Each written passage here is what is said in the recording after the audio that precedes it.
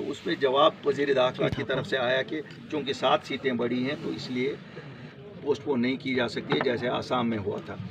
फिर मैंने गुजारिश की कि साहब वहाँ शकूक हैं, एक ट्रांसपेरेंट तरीके से होना चाहिए और लोगों में शकूक है कहीं डेमोग्राफिक चेंजेस इससे ना हो, तो उसके लिए उन्होंने बड़ा आश्वासन दिया।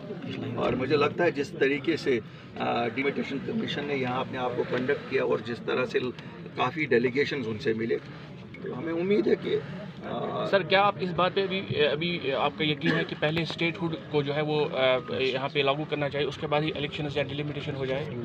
देखिए, अगर हम तक हो, अगर कहते हैं ना, अगर अश्तामत आसे तेल सुबह स्टेटहुड आसिन तेल रात शामस दिसमस आसिन, लेकिन देखना है लोगों की क्या ज़रूरत है। लोगों की मुश्किलात हैं कि उस वक्त उन्हें एक अवामी सरकार की ज़रूरत है।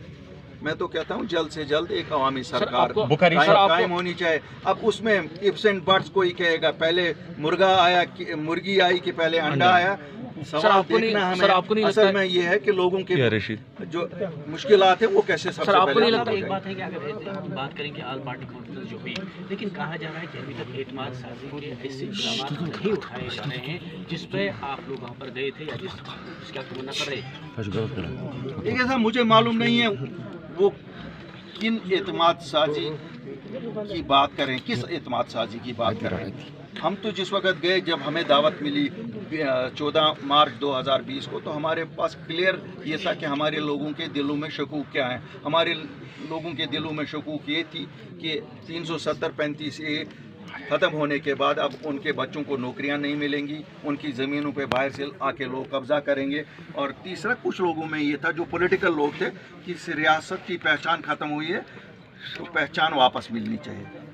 ये जो मोटे मोटे हमने आम लोगों से मिलके जो हमें भी तासुर लगा और जो हमें एक बहस्त शहरी भी हमें लगा कि इन चीज़ों का तहफ़्फ़ुज़ होना चाहिए, तो हम वो चीज़ें लेके ही गए।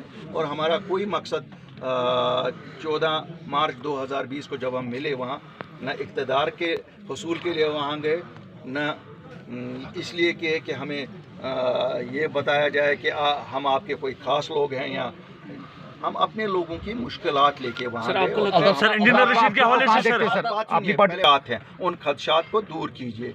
हमें प्राइम मिनिस्टर, जैसे मीर साहब ने अपनी तकरीर में कहा, प्राइम मिनिस्टर ने, किसी वज़ीर आज़म ने ये ऐलानिया बताया कि कोई डेमोग्राफिक चेंज जम्मू कश्मीर में सोची भी नहीं जा सकती है। नंबर 1। नंबर 2, उन्होंने कहा ये सही है कि नौकरियां वहाँ की सब वहाँ के बच्चों के लिए होनी चाहिए, वहाँ की ज़मीनों का तहफ़्फ़ुज़ होना चाहिए। और मुझे खुशी है कि इस 1 साल के कम कलील वक्त में हम वो हासिल कर सके दोनों पे। और इस बार जब हम गए, हमने शुक्रिया भी अदा किया और वज़ीर आज़म से कहा कि आप इसको कॉन्स्टिट्यूशनल गारंटीज़, जो 2 चीज़ें आपने की, उनको कॉन्स्टिट्यूशनल गारंटीज़ दी जाए। तो यही तो मकसद होता है। बाकी अगर मकसद ये होता कि अपनी पार्टी को हम कोई भी चीज़ वो करने को तैयार हैं जिसमें हमारे लोगों के मुश्किलात का अज़ाला हो, कोई भी चीज़। जैसे हम इसलिए नहीं निकले हैं कि हमें इक़्तिदार मिले, इसलिए नहीं निकले हैं कि हमें वाह वाह लोग करें। हम ये देख रहे हैं कि लोगों की मुश्किलात जो आज हैं, आज आप देखते हैं ब्यूरोक्रेसी है, कहाँ जाएंगे लोग। ये नगरी के लोग ही, मैं यहाँ आज आपको बताता हूँ, इनका मामूली मसला है। ये दरिया में पानी है और इसके लिए टेंडर भी हुए, सब कुछ हुआ, काम नहीं शुरू हुआ। किसको कहेंगे? कितनी बार 5 बार मुझे वार्ड मेंबर साहब ने कहा कि मैं वहाँ गया, जो अरबाब इक़्तिदार हैं इस वक्त, ब्यूरोक्रेट्स हैं।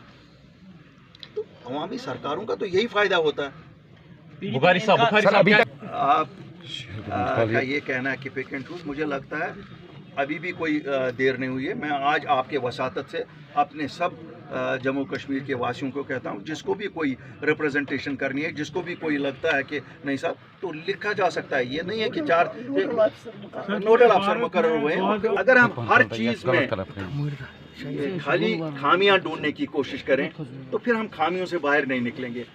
हमारा घर उजड़ चुका है, हमारा सब कुछ छीन चुका है।